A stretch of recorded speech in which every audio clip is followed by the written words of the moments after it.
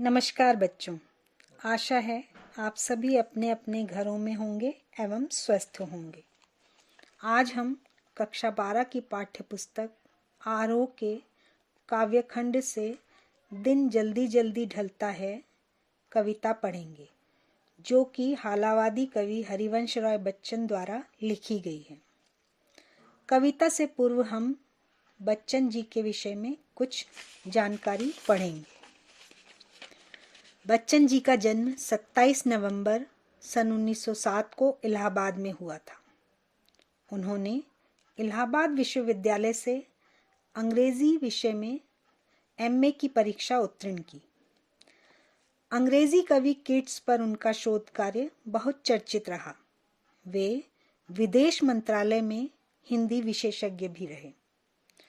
1976 ईस्वी में उन्हें पद्म भूषण की उपाधि से अलंकृत किया गया। इनकी प्रमुख रचनाओं में मधुशाला, मधुबाला, मधुकलश, निशा निमंत्रण, मिलन यामिनी, क्या भूलूं क्या याद करूं, प्रवासी की डायरी आदि हैं। सर्वश्रेष्ठ हालावादी कवि बच्चन जी ने अपनी अनुभूतियों को सहज स्वाभाविक रूप से व्यक्त किया है। आरोह काव्यखंड में उनकी 2 कविताएं दी गई हैं। दिन जल्दी जल्दी ढलता है कविता में कवि बच्चन जी इच्छा और समय की सीमितता को शब्दों में बांधकर प्रस्तुत करते हैं। प्रथम पंक्तियों में कवि कहते हैं कि हो जाए न पथ में रात कहीं, मंजिल भी तो है दूर नहीं, यह सोच थका दिन का पंथी भी जल्दी जल्दी चलता है, दिन जल्दी जल्दी ढलता है। अर्थात यहाँ पर दिन और राहगीर के माध्यम से जीवन का प्रतीकात्मक चित्रण किया गया है। कवि ने प्रत्यक्ष रूप से तो यात्रा करने वाले व्यक्ति का चित्रण किया है, परंतु यह प्रतीकात्मक रूप से जीवन रूपी यात्रा का चित्रण है। जीवन रूपी दिन बड़ी तेजी से ढलता है। मनुष्य के मन में चिंता है कि कहीं रास्ते में ही रात न हो जाए, अर्थात जीवन का अंत उसी समय न हो जाए जबकि अभी मंजिल तक पहुंचना बाकी है। इसी कारण से वह अपनी गति बढ़ा देता है ताकि अंधकार होने से पहले ही अपने लक्ष्य पर पहुंच जाए। उसका उत्साह और बढ़ जाता है। प्रस्तुत पंक्तियों में काव्य सौंदर्य के अंतर्गत जल्दी जल्दी में पुनरुक्ति प्रकाश अलंकार का प्रयोग किया गया है। कविता में सरल प्रतीकों का प्रयोग हुआ है। कविता की भाषा सरल, सहज और भावानुकूल है।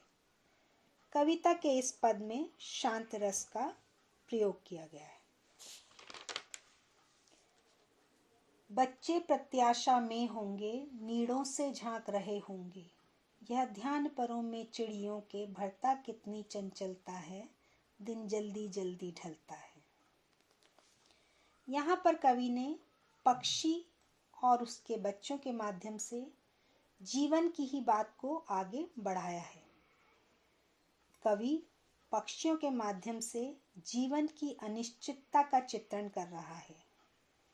मादा पक्षी को संध्या होते ही यह चिंता होने लगती है कि उसके बच्चे उसके लौटने की राह देख रहे होंगे। वे व्याकुल होकर के घोंसले से अपनी गर्दन बाहर निकालकर पंथ निहार रहे होंगे। तब पक्षियों के पंखों में और भी गति आ जाती है। वे विलंब किए बिना ही अपने बच्चों तक पहुंचने के लिए अपनी गति बढ़ा देते हैं। कविता की इन पंक्तियों में अत्यंत सरलता है तथा शब्द चयन अत्यंत उपयुक्त है। पद में शांत रस का प्रयोग किया गया है। घोंसले का बिंब कवि ने प्रस्तुत किया है। कवि में इसे बिंब विधान कहते हैं। मुझसे मिलने को कौन विकल, मैं हूँ किसके हित चंचल, यह प्रश्न शिथिल करता पद को भरता उर में विहलता है, दिन जल्दी जल्दी ढलता है। यहाँ पर कवि ने अपने लिए किसी के प्रतीक्षारत न होने को के दुख को प्रकट किया है। बच्चन जी इस काव्य कोश में कहते हैं कि उनसे मिलने के लिए कोई भी व्याकुल नहीं है, अर्थात ऐसा कोई प्रियजन है ही नहीं जो उनके लिए प्रतीक्षा करे। अर्थात वह यह सोचते हैं कि जब उनसे मिलने के लिए कोई व्याकुल ही नहीं है तो वह घर जाने की शीघ्रता क्यों दिखाएं, क्यों घर की ओर जाएं। बस यही प्रश्न उनके मन को उदास और उनकी गति को कमजोर बना देता है।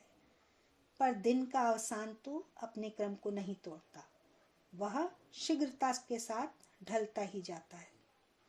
अर्थात इस कविता के माध्यम से कवि यह बताना चाहता है कि समय कभी किसी की प्रतीक्षा नहीं करता, वह लगातार चलता रहता है। हमें अपने कार्यों को समय रहते पूर्ण कर लेना चाहिए। कविता में सरल विधि से अपने भावों की अभिव्यंजना की गई है। कवि की भाषा उनकी मनोदशा का परिपूर्ण चित्रण करने में सफल रही है। इस रचना में एकाकी जीवन बिताने वाले व्यक्ति के मनोविज्ञान की प्रस्तुति हुई है और यह प्रस्तुति अत्यंत ही सुंदर हुई है। कविता पढ़ने के पश्चात आपको अभ्यास प्रश्न दिए जा रहे हैं, उन्हें कविता के आधार पर पूर्ण कीजिए। धन्यवाद।